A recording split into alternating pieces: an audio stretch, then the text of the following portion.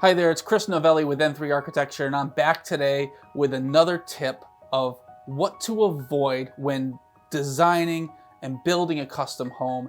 And today we're going to be talking about the pork chop. Now, what is the pork chop? First off, I don't know if builders call it a pork chop or if other architects call it a pork chop, but I first heard this term from Edward Shannon, who is a fantastic residential architect in Des Moines, Iowa. And the pork chop is essentially the triangular termination at the bottom of a gable roof where it meets the end wall.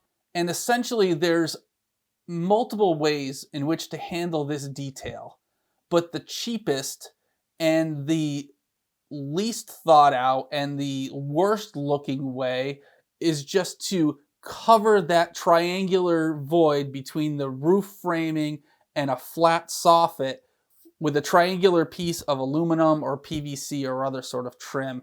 And it's just such a poor detail. And that's what we're referring to here as the pork chop. And see, this is an example of something that you do not want to do on your custom home, because it will make your home, no matter how nice the rest of your home is, it will make your home look like garbage. So first off, here we have a picture of what I would call a typical builder grade piece of junk home. I mean, there's so many things that are wrong about this and bad. It's, has no character. There's no real design to it. It's using the worst materials such as vinyl siding and vinyl windows. And you can see up here in the corner, there is your classic pork chop. So you have the roof framing coming down at the gable end. You have a flat soffit, and then you have that triangular piece that's just covered with a piece of trim. That is what you want to avoid. And here's a detail of what might result in the pork chop at your gable end wall. So you have the roof framing coming down, and oftentimes in a vented roof, you would have another piece of framing that's installed horizontally, and you'd have this flat soffit that is either vented or, I guess in some cases, it can be unvented. And that provides a space for air to flow up through that soffit, up over the insulation baffle, and up into your attic and out the ridge. And so the problem happens where the end of that wall isn't detailed. And so the contractor is either left up to their own judgment on how to trim that out, or they choose the least expensive option, which is, again, just covering it with that flat piece of trim, resulting in the pork chop. Here's an example of a new home which is for sale, and the price tag on this is pretty hefty, and you can see it is pork chop city. We got 6 pork chops right on your front elevation, and some people may think that this is a nice looking house, and it's certainly reflective of a style that has become popular, and I think of a style that is losing popularity. I think people are sick of this modern farmhouse style, but you can see here, even though that it's a relatively decent house that looks like some things have been thought out, it's just pork chop after pork chop at that gable end termination. And it's a result of either the designer or the architect not caring or not paying attention to the details, and the contractor maybe not caring as well, and maybe just doing the cheapest possible solution. And again, it looks like junk. It absolutely looks like junk. Here we have another custom home, and here we have a pork chop in black. So just because you do something different with a standing seam metal roof, which is a little bit more expensive, a little bit more custom looking, and you have this black fascia trim to sort of call it out and have that contrast between the white siding, you still end up with a pork chop detail. And again, this is an absolute missed opportunity. So what are some alternatives to the pork chop? So let's explore some things, and we're going to go back, and so I'll first show you an example of a historic home, and you can see this in many different styles, and I'm just picking this one for an example because this one shows a nice return detail with some brackets. And now, if you love historical architecture and historical homes, you're going to find this detail or a similar detail on most of those homes. And so this is a great way, a great example of what you can do. But let's see some more current and some more modern versions of this. And so here's a newer home, and you can see here on the gable end, you have a small little return. They actually have, if you zoom in, you can see a little crown profile, and then that end gets returned and the shingles get brought up, and it's a little bit more classy of a look. Here's another example of a nice return detail. And here the contractor, it looks like he's using the gutter profile to wrap the gutter profile around to create that crown look. Doing something like this is not going to be significantly more expensive than just the pork chop detail, but it results in something that is so much nicer. I mean, this is not anything over the top. This is some extra framing. It's some extra bit of gutter, but that profile of the gutter makes it look like a crown, and combined with some extra trim on the rake of the gable, it ends up with a nice looking detail. Here's a coastal home where you have many different versions. You have a return detail that gets extended across further. You have a little hip roof detail over here.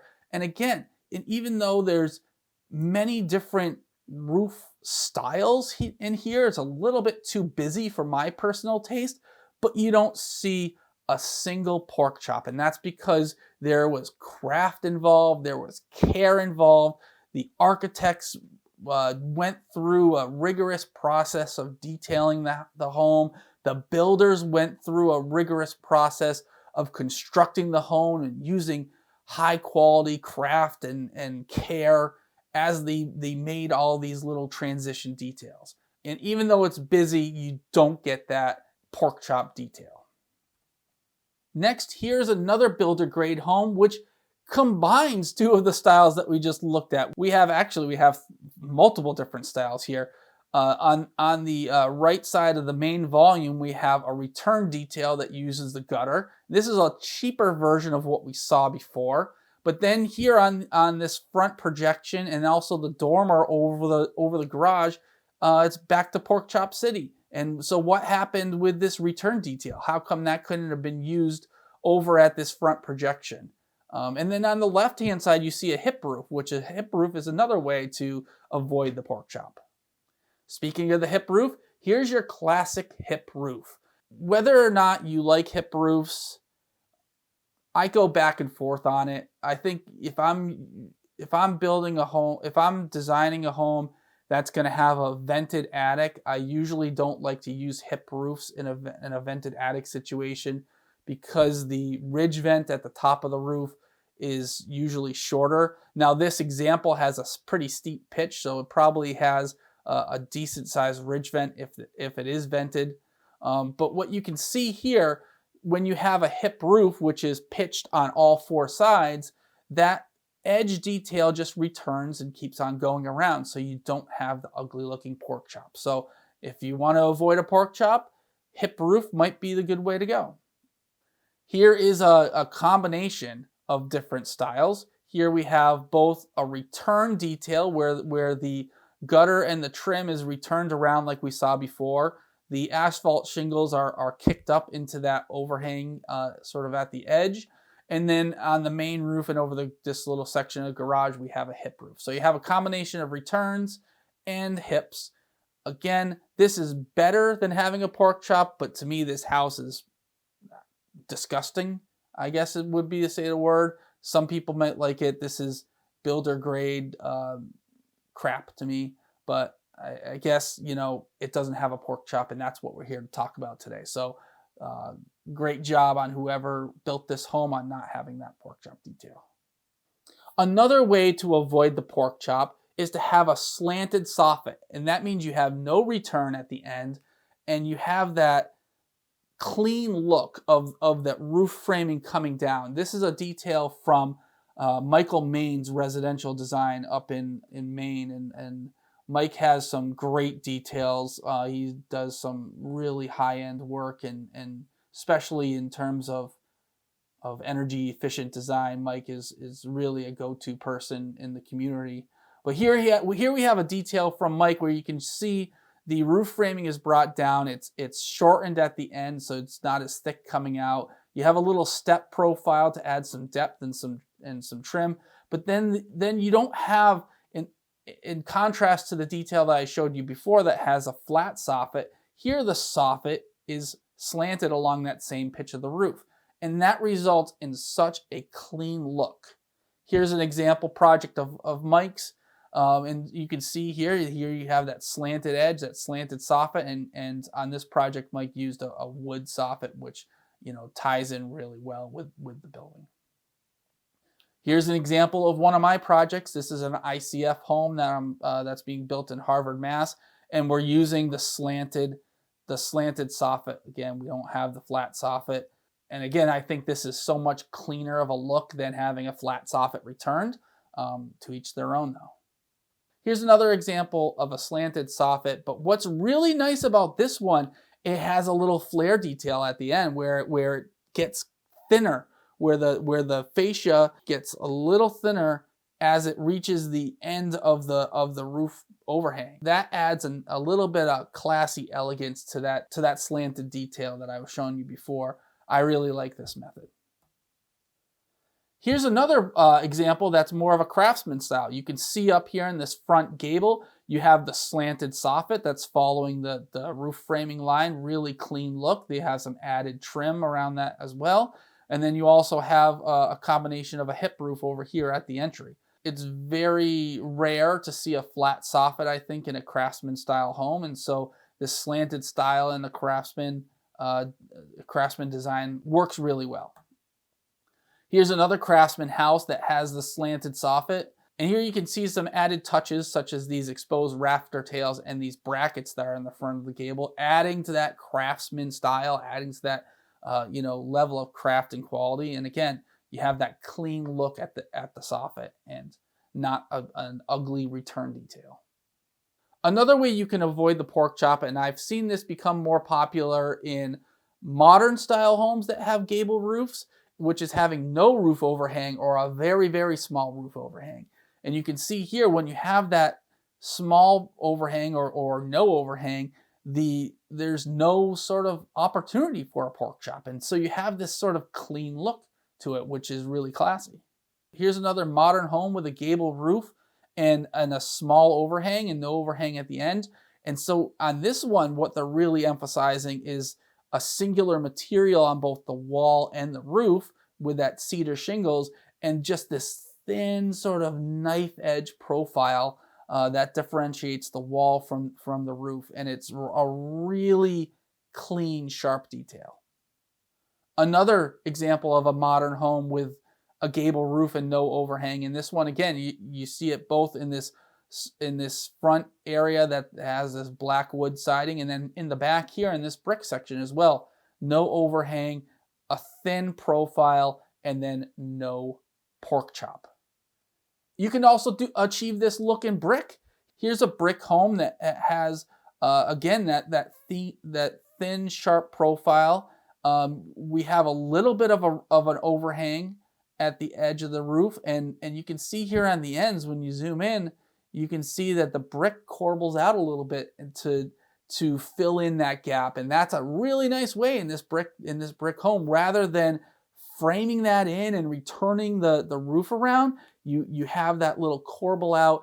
It adds a nice little touch to it, and you don't end up with that cheap looking detail.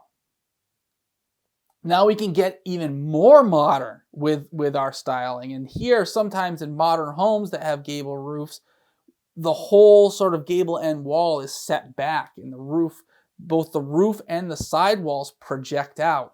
And then that way that the edge detail can continue right down from the roof, right down into the wall, and it creates a shadow line and a stepped profile, which looks really good when you have a change in materials. So you can see that detail here. Here's another example of it. This is Hucker Architects out of Martha's Vineyard. And you can see here at the edge of this this glass volume on the right, where the rake trim comes down and just returns right down the end of that wall. This doesn't have as big of a return where that gable end wall is set back, but there is a little bit, and it still wants to create that reading of this frame that's one continuous surface, and then the gable end wall is a different plane that's set back. Here's an example of one of my projects, and what I've done here is I've used a single slope shed roof. I've recessed that end wall back, and then I've used the side walls projecting out to introduce another material. You can see the wood here that wraps up the inside, and it wraps up around the top of the roof as well, and then back down the other side. That's another way to avoid the pork chop. Once you get into most modern design homes, you're not going to find too many pork chop details. A lot of modern design homes will have flat or low slope roofs, or they'll have single pitch roofs, or you'll have that wrapping of the gable end as shown in the previous examples. So these are some modern homes where you can see the styling is clean. There's none of that ugly looking pork chop detail. So you have this home in the mountains, in the woods here, that has a single slope shed roof with a flat projection over this patio. You have this other modern home along the banks of a river. You have a shed roof that comes down, and when it gets down to this lower point, that wood material is turned down the end of that house. Again, really clean detail.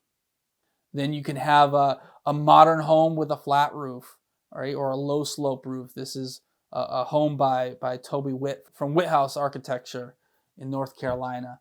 And this is, again, classy details, and you don't see those ugly transitions because the form of the house is completely thought out and detailed. Another modern home in the woods with clean details. And then we can get even more modern with this home here in a tropical climate. So what I want to leave you with is, if you're designing a custom home, make sure your architect and your builder thinks through these little details. Now, I'm not going to sit here and say that I'm perfect. I have designed homes that have the pork chop detail.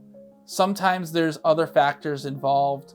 Sometimes the budget won't allow for some of these nicer details, but as I mentioned before, doing a simple return or doing a slanted soffit, that sort of approach will result in a better look than that cheap triangular flat piece of trim, otherwise known as the pork chop. Please avoid it at all costs. And as you're driving around, count how many pork chops you can see, especially on these builder grade homes. They're all over the place. Once you've seen it, you're never going to stop. You're going to say, there's another pork chop. There's another pork chop. Those people didn't care. Those people didn't try. Thanks.